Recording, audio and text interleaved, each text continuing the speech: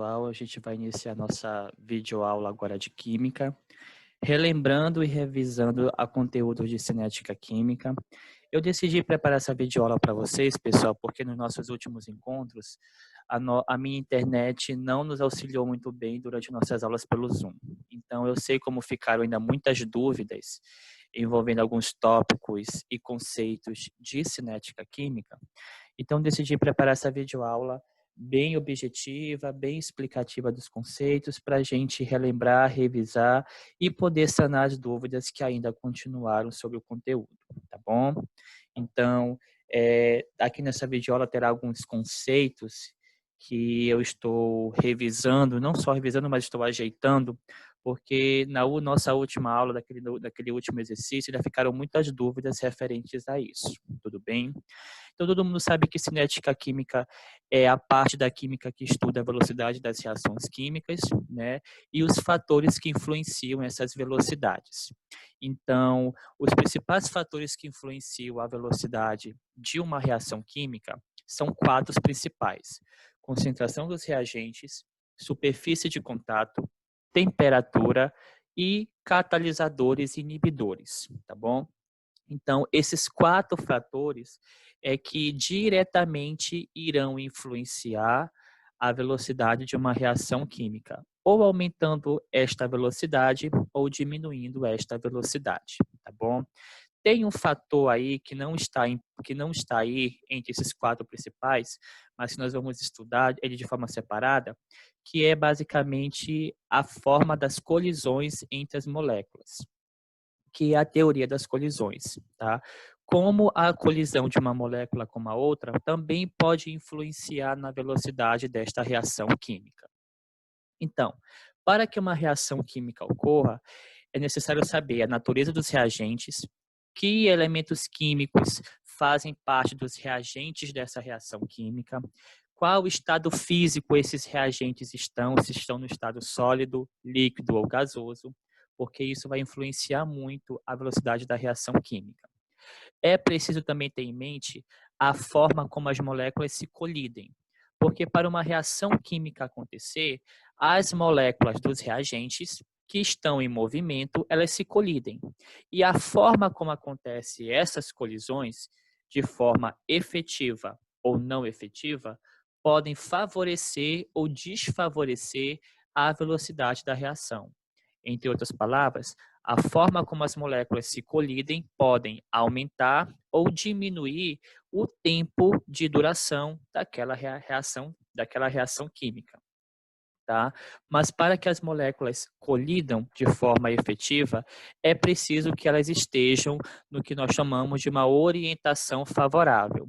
Ou seja, para que ocorra a reação química e para que essa reação ocorra no tempo mínimo com alta velocidade, as moléculas precisam sofrer colisões moleculares dentro de uma orientação favorável, provocando um choque, justamente dando como consequência a emissão de uma determinada quantidade de energia, tá? Para que a reação aconteça, é necessário que essas moléculas também possuam uma energia mínima, que nós vamos chamar de energia de ativação. O próprio nome já fala. Energia de ativação é o que vai dar início à reação química, ou que vai ativar a reação química. Nenhuma molécula pode colidir com outra se ambas não tiverem um ponto mínimo de energia para que favoreça essa movimentação, essa agitação molecular, tá bom? Então, dando continuidade, um dos primeiros fatores que poderão levar a favorecer, né, a velocidade de uma reação química são as colisões moleculares. Então, para que uma reação química aconteça, é necessário que as moléculas dos reagentes, colidam com uma orientação correta, que nós chamamos de orientação favorável. Vamos imaginar, durante o processo químico de uma reação química, as moléculas dos reagentes possuem uma energia mínima, que é a energia de ativação. Essa energia de ativação faz com que as moléculas se movimentem de forma caótica, tá? E esse movimento de forma caótica vai fazer com que essas moléculas se choquem ou se colidam entre si. Só que elas podem se colidir de várias formas, com variadas orientações de colisão. Não quer dizer que uma molécula se colidiu com a outra, que isso vai provocar ou favorecer o acontecimento da reação química. Para que a reação química aconteça, além das moléculas terem uma energia mínima que faça com que elas se movimentem e faça com que elas se colidem, no momento da colisão, essa colisão deve ter uma orientação correta, que nós chamamos de orientação ou colisão efetiva, tá? Cada um dos átomos tem que se chocar com os outros átomos das outras moléculas, a qual a colisão acontece. Então, para que a colisão seja efetiva, o espaço ou superfície de contato de uma molécula tem que colidir junto com o espaço e superfície de contato da outra molécula. Tá? É basicamente assim que uma orientação, que uma colisão efetiva acontece. E quanto mais colisões efetivas eu tiver, mais rápido a minha reação química ela acontece. Depois, o outro fator também que pode causar o acontecimento e também pode influenciar a velocidade de uma reação química é a energia mínima ou energia de ativação. Para que a reação química aconteça, ela precisa ter uma energia mínima que favoreça esse processo químico, entendeu? As moléculas precisam de uma energia mínima para se movimentar. Agora, é interessante dizer que essa energia química é crucial para que as moléculas se movimentem e para que a reação aconteça. Mas não vai ser ela que vai realizar a reação química, entendeu? Ela basicamente é a base que poderá iniciar uma reação química. Por quê? Se as moléculas vão ter que colidir de forma efetiva para desencadear a reação, elas precisam se movimentar. E para se movimentar, precisam de uma energia mínima que favoreça isso, tá bom? Então, para que a reação aconteça, é preciso dessa energia química, essa energia mínima, que nada mais é que é uma energia cinética que leva com que as moléculas se movimentem e possam efetuar colisões, tá? Agora, lembrando, não é a energia mínima que vai fazer com que a reação aconteça. É o número sucessivo de colisões efetivas que vão favorecer o acontecimento da reação química e a velocidade dessa reação química. Tudo bem? Agora, prestem atenção nesses dois gráficos que envolvem energia de ativação, tá bom? A energia de ativação, acabei de falar para vocês que ela vai dar início ao processo da reação química, entendeu? Só que ela pode atuar favorecendo ou desfavorecendo a velocidade dessa reação. Por exemplo, digamos que nós vamos fazer uma reação química. Nós separamos nossos reagentes e nós vamos fazer com que os nossos reagentes possuam uma energia mínima, uma energia mínima para que eles possam se movimentar e se colidir. Tá? Quanto maior a minha energia mínima que as minhas moléculas vão ter, maior a probabilidade delas sofrerem colisões. Porque pensa comigo, olha, quanto maior energia eu fornecer para as minhas moléculas, maior será o movimento delas. E quanto maior o movimento, maior o número de colisões. Só que esse movimento é de forma caótica. Então, o número de colisões não efetivas vai ser maior do que o número de colisões efetivas. Vocês estão me entendendo? O que eu quero dizer? Quanto maior o número ou quantidade de energia fornecida às minhas moléculas, maior será o seu movimento caótico.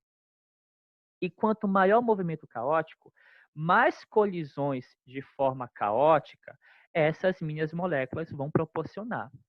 Só que, claro, colisões de forma caótica não efetivas não vão realizar ou não vão iniciar o processo de reação química. A reação química só acontece e só aumenta de velocidade se as colisões, ou a maior parte das colisões das moléculas, forem de forma correta, efetiva. Entendeu? Só que aí, vocês estão entendendo que para que a reação química aconteça de forma rápida e completamente efetiva, as minhas moléculas precisam de um equilíbrio energético aí. Quanto mais energia mínima elas tiverem, mais movimento caótico elas vão favorecer, elas vão realizar. E maior número de colisões não efetivas elas também vão realizar. Isso faz com que o tempo da reação aumente e a sua velocidade diminua, tá? Por isso que, olha nesses dois gráficos, a gente pode perceber, a energia de ativação nada mais é com essa curva, tá? Esta curva bem aqui, que simboliza a quantidade de energia que as moléculas vão ter que ter para se movimentar. Quanto maior a minha curva, mais alta a minha curva for, maior a quantidade de energia de ativação que as minhas moléculas vão ter. Entendeu? Quanto maior a quantidade de energia de ativação que as minhas moléculas vão ter, maior o número de colisões não efetivas elas vão realizar. Isso faz com que a reação ela dure, ela demore para acabar. Aumenta o tempo da própria reação. Vocês estão me entendendo? Quanto menor for a minha energia de ativação, quanto menor for essa curva energética de ativação que as minhas moléculas vão ter, tá? Mais colisões efetivas elas poderão realizar. Menos movimentação caótica elas poderão realizar durante a reação, tá? Esta energia de ativação vai formar o que nós chamamos de complexo ativado, tá? Que nada mais é que um conjunto de moléculas e átomos que estão com uma certa quantidade máxima de energia, estão lá se movimentando ao mesmo tempo, se colidindo, formando colisões não efetivas, caóticas, tá? Estão mantendo a reação, mas não estão fazendo com que a reação acabe ou se desenvolva de forma mais rápida. Então, quanto maior a minha energia de ativação, maior o meu complexo ativado. Se eu tiver um alto complexo ativado, significa dizer que aquela minha reação vai ter uma menor velocidade de acontecimento. Ou seja, vai demorar mais tempo para se concluir. Se eu tiver um menor complexo ativado ou menor energia de ativação, significa dizer que aquela minha reação química vai demorar menos tempo para se concluir, vai ter uma velocidade maior. Ou seja, as minhas moléculas vão poder realizar mais colisões efetivas do que colisões não efetivas ou caóticas. Vocês estão me entendendo? Tá? Então, se eu tiver dois gráficos, vejam o tamanho das curvas de energia de ativação e os valores do complexo ativado. A reação representada por um gráfico que tiver o menor complexo ativado, significativamente ou consecutivamente uma menor energia de ativação, é aquela reação que acontece de forma mais rápida. Já a reação representada por um gráfico que tiver um valor maior de complexo ativado ou uma maior curva representativa da energia de ativação, significa dizer que é aquela reação que vai acontecer de forma mais lenta, mais demorada, porque as colisões que acontecem entre as moléculas são em maior quantidade de forma caótica, não efetiva, do que colisão efetiva. Entendeu? Agora, por favor, não vão confundir com quantidade de colisões. Mas, professor, se eu tenho uma maior energia de ativação, consequentemente eu vou ter um maior número de colisões. Só, queridos, que esse maior número de colisões não serão de forma efetiva, não serão de forma correta. Lembrem-se, para que uma reação química aconteça, os reagentes têm que colidir com uma orientação correta, de forma efetiva.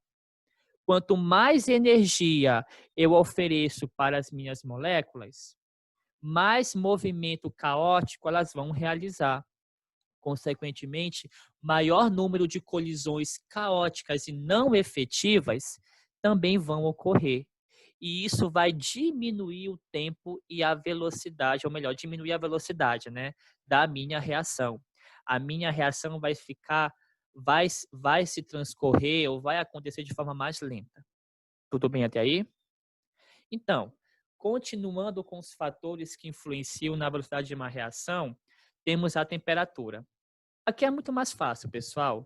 A temperatura, todos sabem que ela vai influenciar diretamente a velocidade de uma reação química. De que forma? Quanto maior a temperatura, maior a velocidade da reação. Cuidado para não confundir temperatura e relacionar com energia de ativação.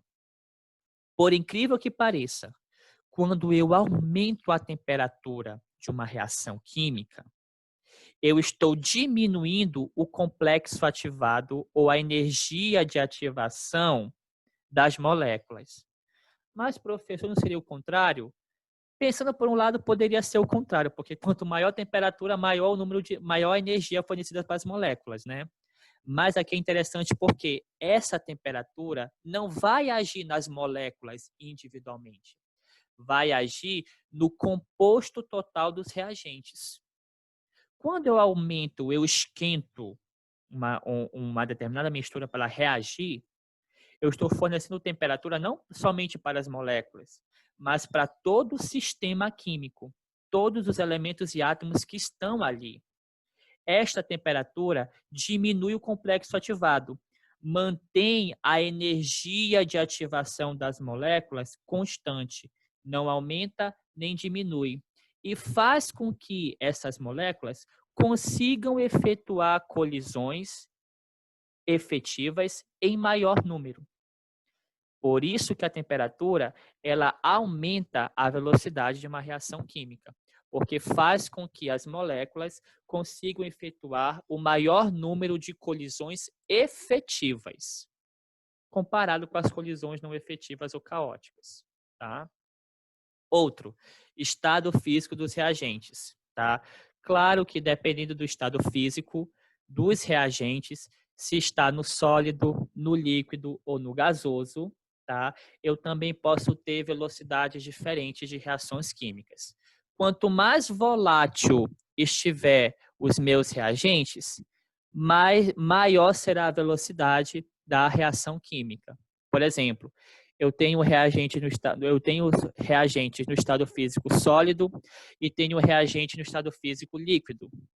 Qual desses dois reagentes vão produzir reações químicas mais velozes? O sólido ou do estado líquido? Consequentemente, é do estado líquido. Por exemplo, eu tenho reagentes que estão no estado líquido e reagentes que estão no estado gasoso. Qual desses dois reagentes vão produzir reações químicas de maior velocidade?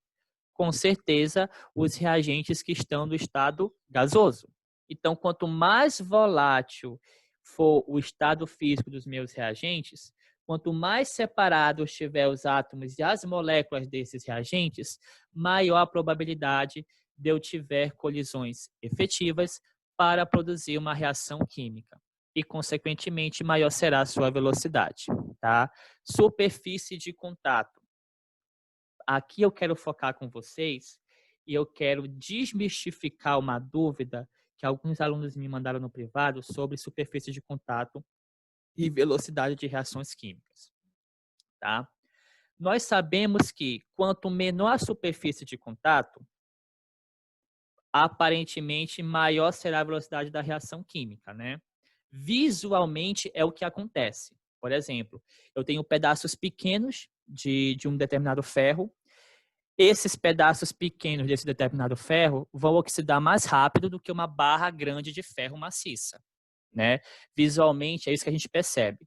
Só que a gente precisa ter em mente que a reação química acontece entre molécula e molécula, entre o momento que as moléculas se colidem. Deu para entender? Então, a gente não pode utilizar características macroscópicas para comprovar um conceito ou uma teoria. tá bom? O que que acontece? Para que a reação química aconteça, vocês sabem muito bem que as moléculas precisam se colidir de forma efetiva, tá?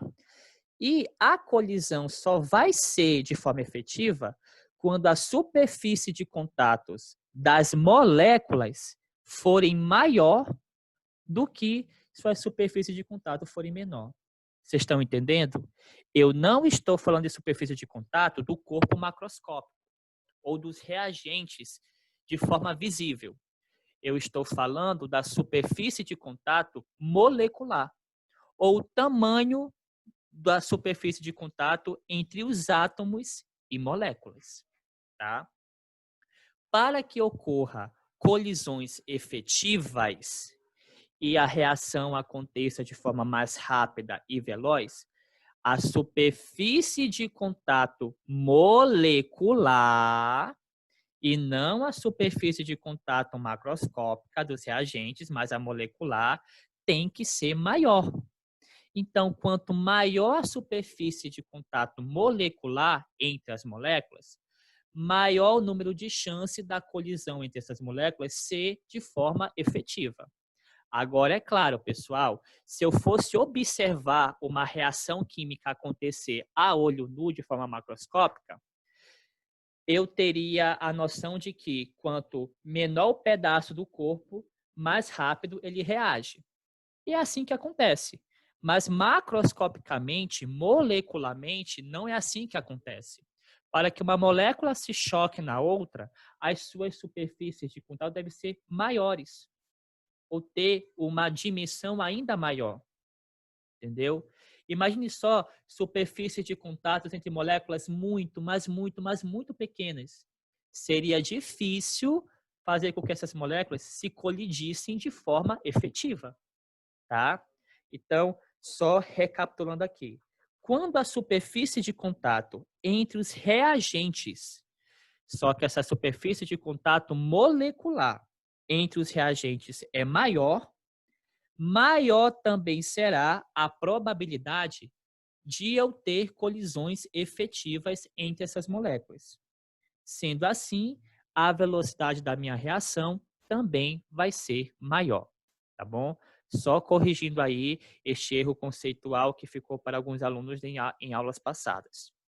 E catalisador e inibidor.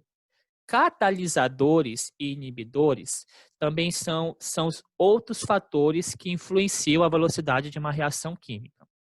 Lembrando, catalisador e inibidor são substâncias químicas que são adicionadas na reação, tá? São colocadas para ou aumentar a velocidade ou diminuir a velocidade desta reação.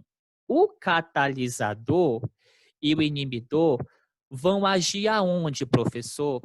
Lá na energia de ativação das moléculas. Lembra de energia mínima? Quanto maior a energia de ativação da molécula, mais tempo a reação leva para acontecer, menos veloz, ou melhor dizendo, mais demorada ela acontece, mais devagar ela acontece. Então, o catalisador é uma substância que tem como objetivo aumentar a velocidade da reação química.